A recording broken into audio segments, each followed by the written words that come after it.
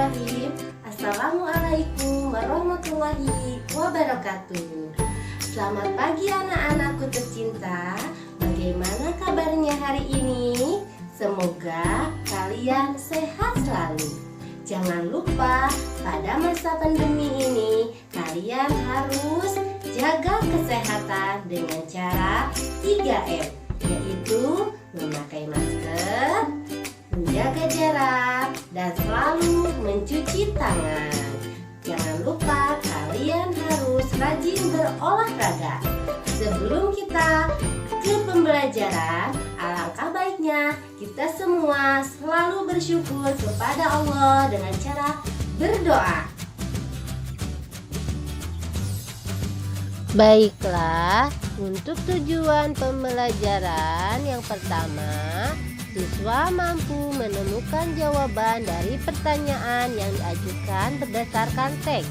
Yang kedua, siswa mampu menuliskan kembali isi cerita dengan menggunakan bahasanya sendiri secara rinci.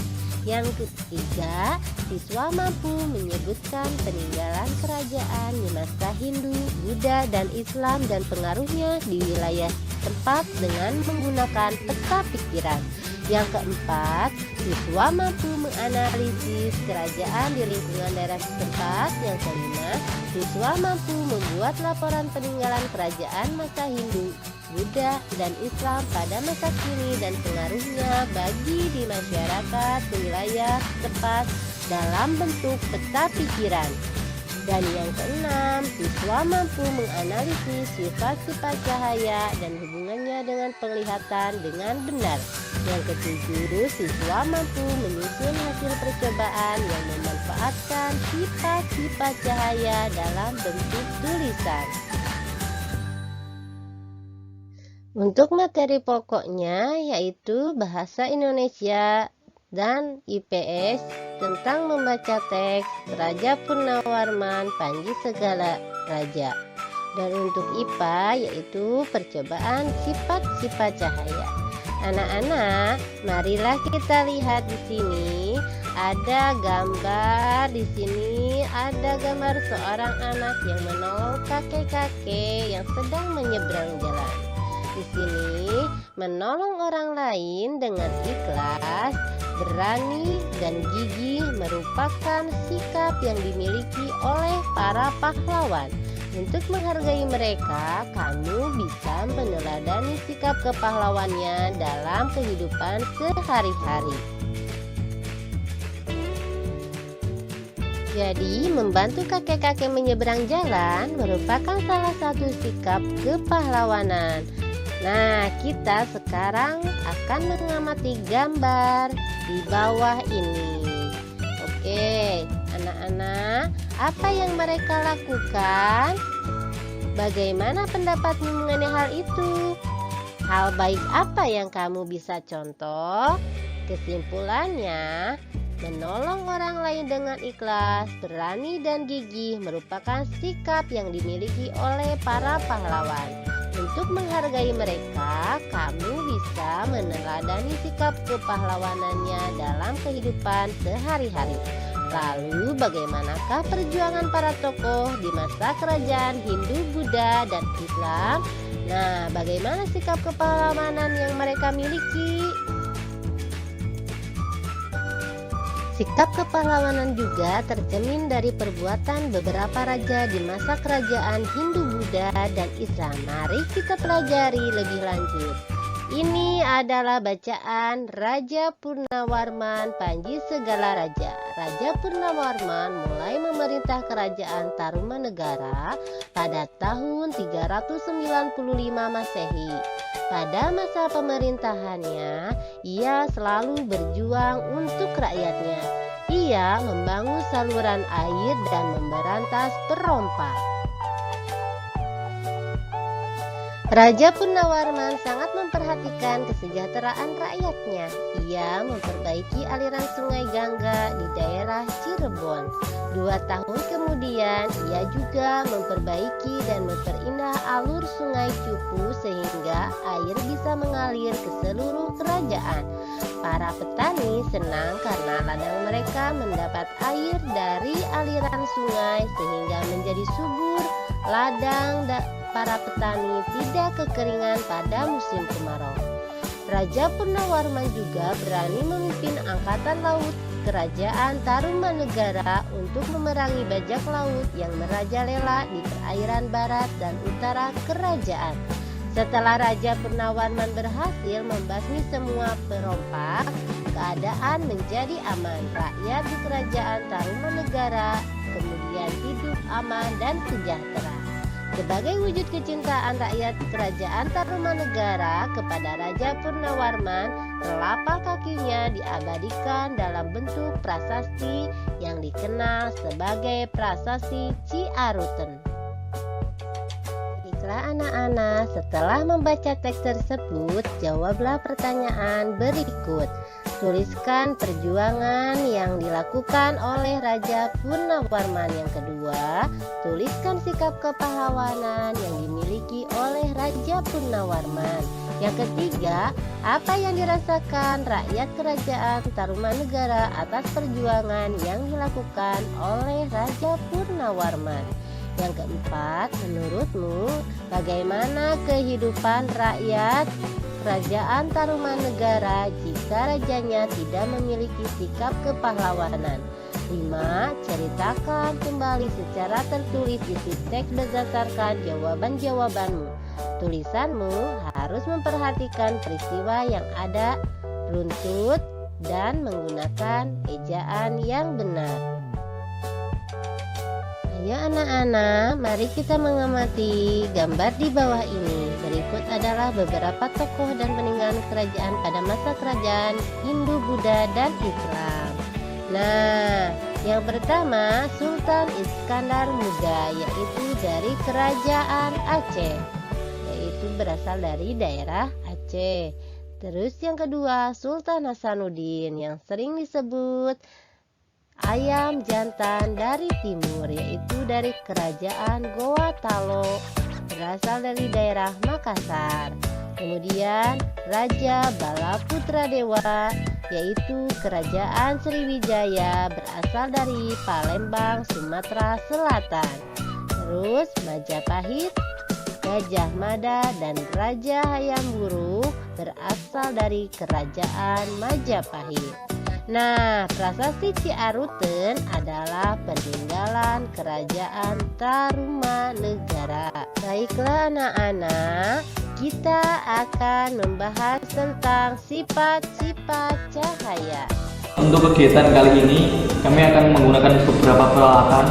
Yang pertama adalah senter sebagai sumber cahaya. Kemudian kami menggunakan papan yang terbuat dari karton pertama, karton kedua, dan karton ketiga yang sebelumnya sudah kami lubangi dengan posisi dan jarak yang sama. Kemudian karton keempat yang kami gunakan sebagai papan layar yang menangkap bayangan dari cahaya senter nanti.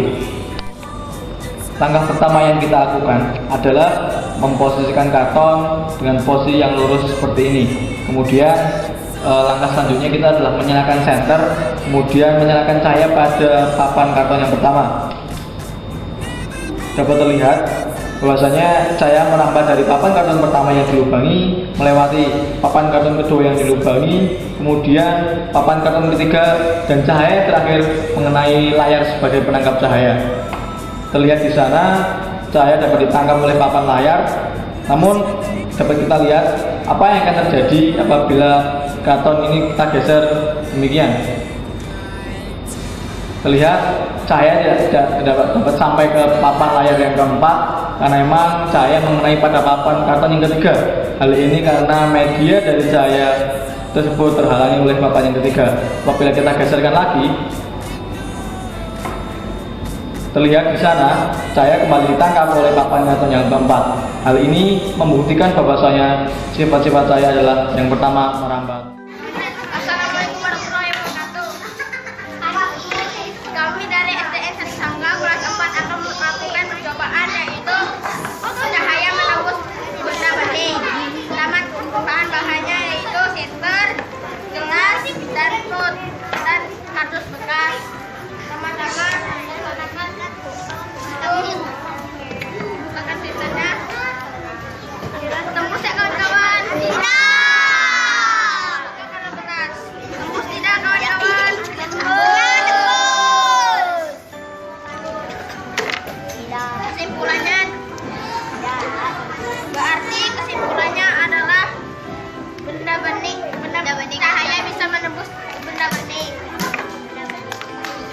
Tepuk tangan.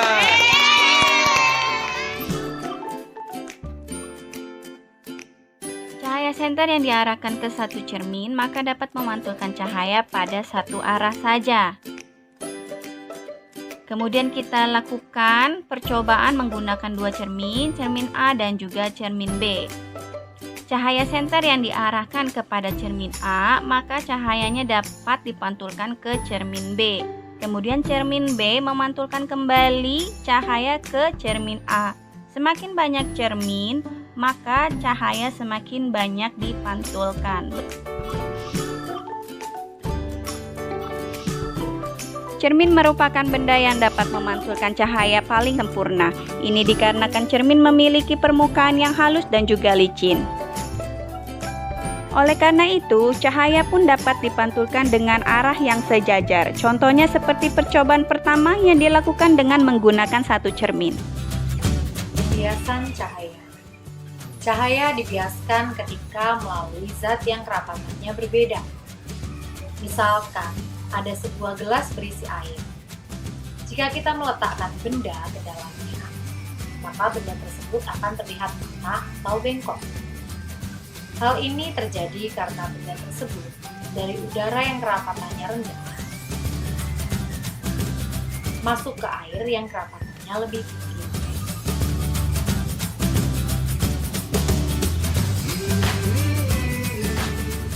Contohnya, benda yang dimasukkan ke dalam gelas ini terlihat patah atau tidak tersambung.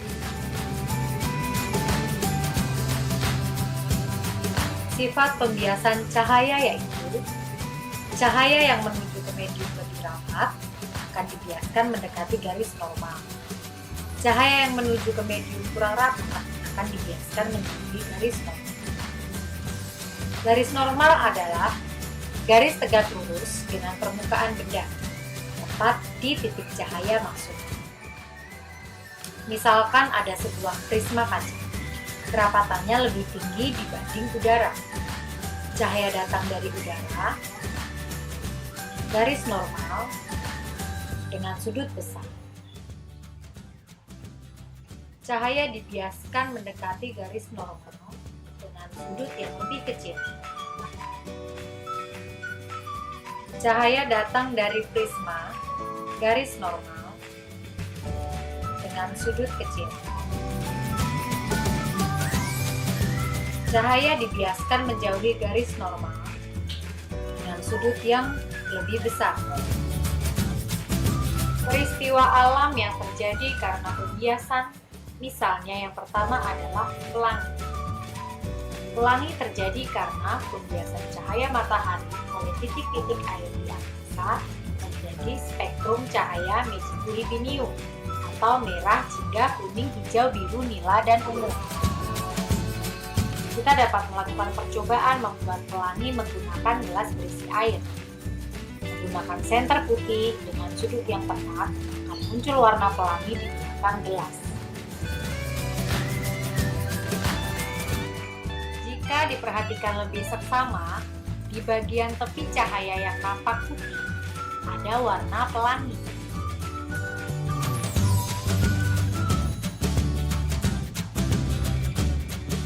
Peristiwa kedua yaitu fatamorgana, yaitu keadaan permukaan jalan yang sangat panas terlihat seperti air dari jauh. Contohnya jalan raya di siang terik dan permukaan gurun pasir.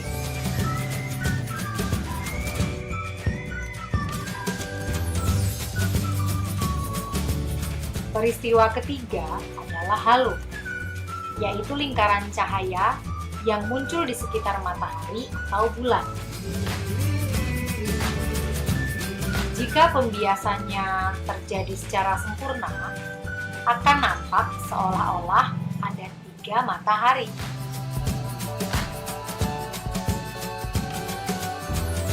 Peristiwa keempat yang sering ditemui adalah dasar sungai atau kolam yang terlihat lebih dangkal dari seharusnya.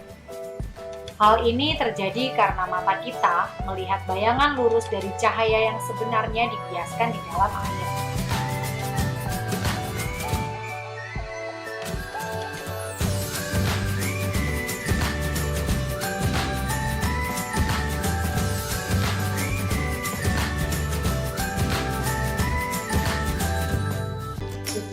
pembelajaran hari ini. Sampai jumpa lagi di pembelajaran berikutnya bersama dengan Ibu Satria Kumbara. Jangan lupa selalu jaga kesehatan dan rajin berolahraga. Tetap semangat untuk belajar. Terima kasih. Wassalamualaikum warahmatullahi wabarakatuh.